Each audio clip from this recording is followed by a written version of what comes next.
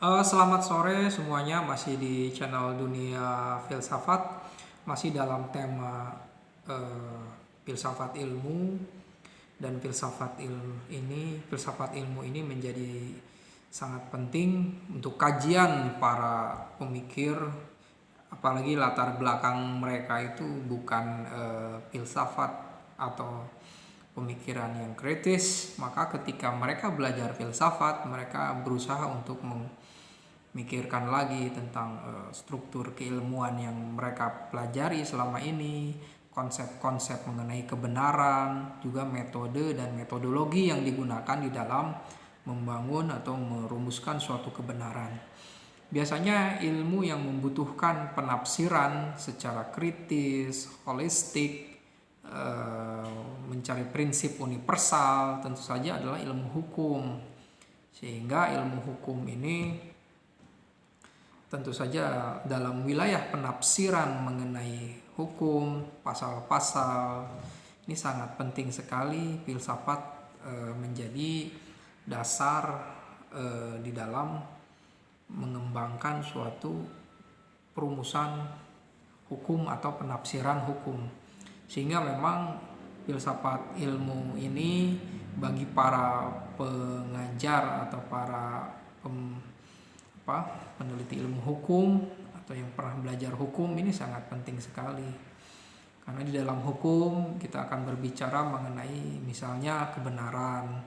Kebenaran itu seperti apa? Apa dasar dari suatu kebenaran, dasar atau mabadi atau pondasi dari kebenaran itu. Juga akan berbicara mengenai tentang keadilan, tentang hukum tersebut, bahkan hukuman tersebut. Hukum yang berasaskan kepada nilai kemanusiaan itu perlu ditafsirkan juga. Dan tentu saja untuk mengkoreksi satu hukum dengan suatu kasus itu sangat penting sekali, dan di sini membutuhkan suatu penafsiran. Ketika suatu aturan ditafsirkan dengan cara yang berbeda, manakah yang lebih memungkinkan dekat dengan asas pertama? Mungkin ya, asas pertama misalnya di kita kalau bicara tentang hukum ada KUHP atau KUHAP ya, seperti itu. Juga pemikiran filsafat hukum di sini juga untuk mengasah tentang bagaimana suatu proses keluarnya suatu putusan hukum itu apakah sesuai dengan prinsip-prinsip hukum dan asas-asas hukum. Ini sangat penting sekali. Dan persoalannya memahami tentang hukum itu bukan hanya persoalan kita menghukum orang, tapi perlu juga apa landasannya selain kita membicarakan tentang fakta.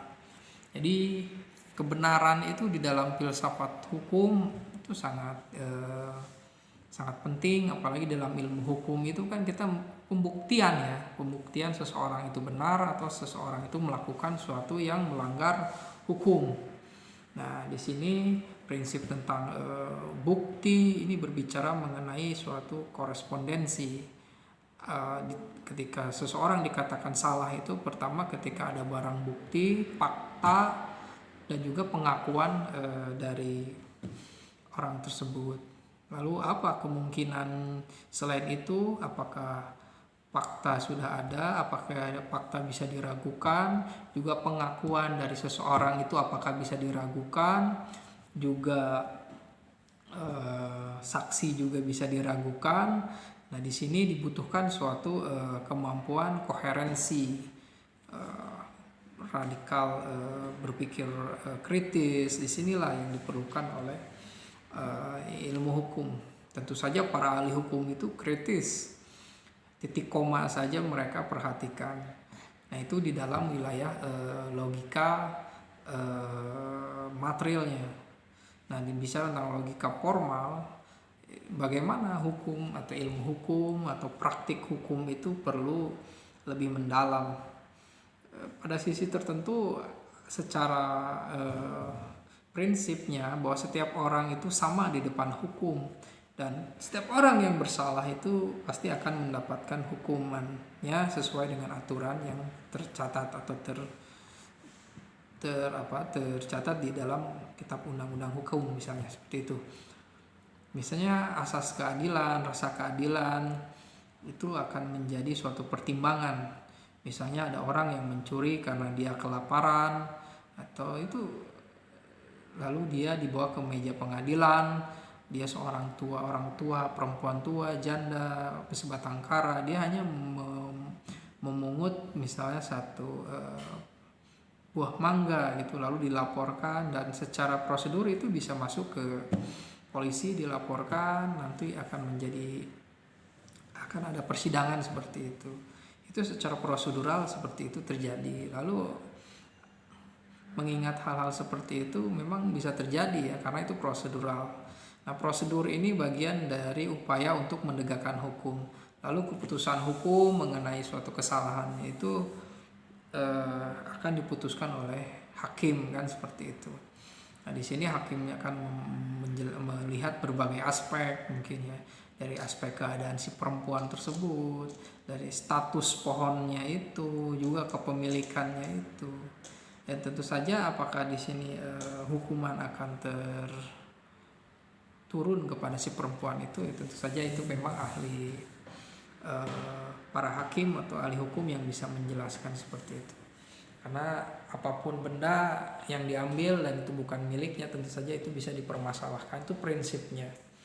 Mungkin pemaknaan mengenai hukuman, tentang cara menjalankan suatu hukum atau esensi hukum itu sendiri, itu perlu dijelaskan juga di dalam memahami tentang pendalaman filsafat hukum. Pada intinya suatu hukum itu hukum, prinsip hukum, masyarakat hukum itu hidup ditopang oleh kekuasaan.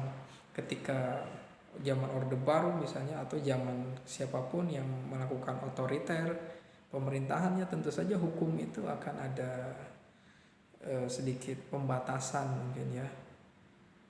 Karena setiap mereka yang memiliki kekuasaan, mereka bisa melakukan interupsi. Sebagian dari para aparat hukum mungkin bisa mendapatlah interupsi dari para penguasa itu, karena kekuasaan ini menopang hukum.